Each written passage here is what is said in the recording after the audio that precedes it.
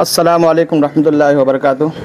حضرات، ابھی ہمارے بھی آپ دیکھ رہے ہیں بہت سارے علماء کرام موجود ہیں، جیسے حضرت کے سیمانچل کے مشہور عالم دین حضرت مولانا و مفتی جسیم الدین صاحب قاسمی اور دیگر علماء کرام۔ میں حضرت آج مسجد بلال میں دیکھیں کہ بہت سارے علماء کرام موجود تھے۔ آج کیا چل رہا تھا پڑھنے؟ السلام علیکم ورحمۃ اللہ وبرکاتہ۔ سب سے پہلے میں آپ کا اور آپ کی ٹیم کا شکریہ ادا کرتا ہوں کہ آپ نے اس کا احساس کیا کہ یہاں لوگ بیٹھے ہیں تو کیوں بیٹھے ہیں۔ یقیناً جوانوں میں، پڑھے لکھے لوگوں میں خاص طور پر یہ احساس ہونا اور یہ حساسیت ہونا بہت ضروری ہے کہ لوگ کہیں بیٹھے ہیں تو کیوں بیٹھے ہیں، کیا کر رہے ہیں۔ خاص طور پر اس وقت جو ملک کے حالات ہیں اور پوری دنیا کے اندر جو حالات ہیں، اس وقت آدمی کو حساس ہونا بہت ضروری ہے۔ اس لیے میں آپ کو مبارکباد دیتا ہوں کہ آپ کے اندر حساسیت ہے۔ آپ نے سوال بلاک سطحی کمیٹی تیار ہو رہی تھی، اسی کا انتخاب ہو رہا تھا، اسی کے لیے ضلع جمعیت کے ذمہ داران اور ہمارے ٹھاکر گنج بلاک کے صدر محترم حضرت مولانا ضیاء الرحمن صاحب اور ضلع سیکریٹری جناب مفتی ابصار صاحب قاسمی اور دیگر رفقائے جمعیت تشریف لائے تھے، اور اسی طرح سے یہاں جمعیت علماء دیگل بینک کے سیکریٹری قاری انوار صاحب موجود رہے۔ تو آج ان تمام حضرات کی موجودگی میں جمعیت علماء دیگل بینک کا باضابطہ انتخاب ہو گیا، اسی سلسلے کی آج یہ میٹنگ تھی۔ باقی ملک کے حالات پر بھی نظر رکھتے ہوئے مل بیٹھنا بہت ضروری تھا، اس وجہ سے تمام حضرات بیٹھے تھے۔ حضرت، ابھی حکومت ایک بل لا رہی ہے جو وقف ترمیمی بل ہے، اس پر آپ کیا کہنا چاہیں گے؟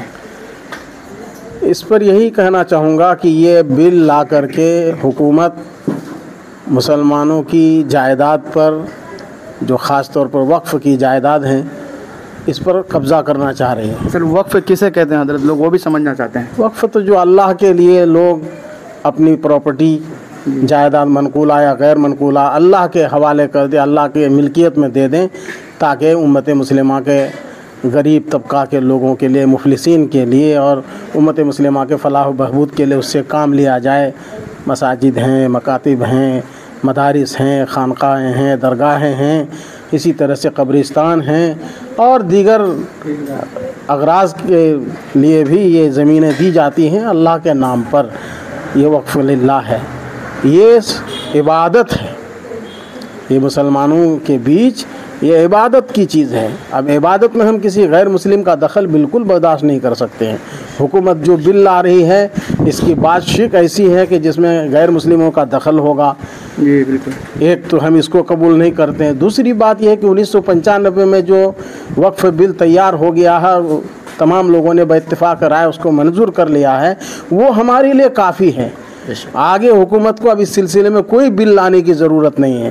وہ ہمیں دلاسا دیتے ہیں، ہمیں بہکا رہے ہیں کہ ہم آپ کے وقف پراپرٹی کی حفاظت چاہتے ہیں۔ بابا، آپ ہماری کیا حفاظت کریں گے؟ آپ تو ہمیں ہر جگہ مارنے کی کوشش کر رہے ہیں۔ آپ مب لنچنگ ہو رہی ہے، آپ کو کوئی خبر نہیں ہے، کوئی مطلب نہیں، آپ کوئی ایکشن لینا نہیں چاہتے ہیں، آپ مون بن گئے ہیں، خاموش رہتے ہیں۔ تو آپ سے ہم کیا امید کر سکتے ہیں کہ آپ ہماری حفاظت کے لیے کرنا چاہتے ہیں؟ وہ 1995 میں جو بل تیار ہو گیا ہے، اسی میں ہماری حفاظت بھی ہے، سب کچھ ہے، اور یہ اپنی پراپرٹی کی حفاظت ہم خود کر لیں گے، آپ اس میں دخل اندازی نہ کریں، آپ سے ہماری یہی درخواست ہے۔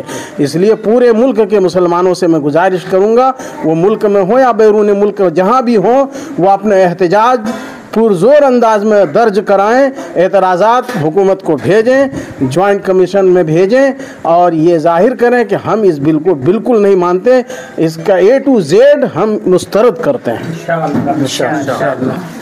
اب حضرت، آپ یہ جو ابھی ہندوستان میں جو مسلمانوں کے حالات ہیں، اس پر آپ کیا کہنا چاہیں گے؟ جو حالات ہیں وہ تو سامنے ہیں، ان حالاتوں کا مقابلہ کرنا یہ ہمارے لیے بہت ضروری ہے کہ جس سے ہماری حفاظت ہو سکے۔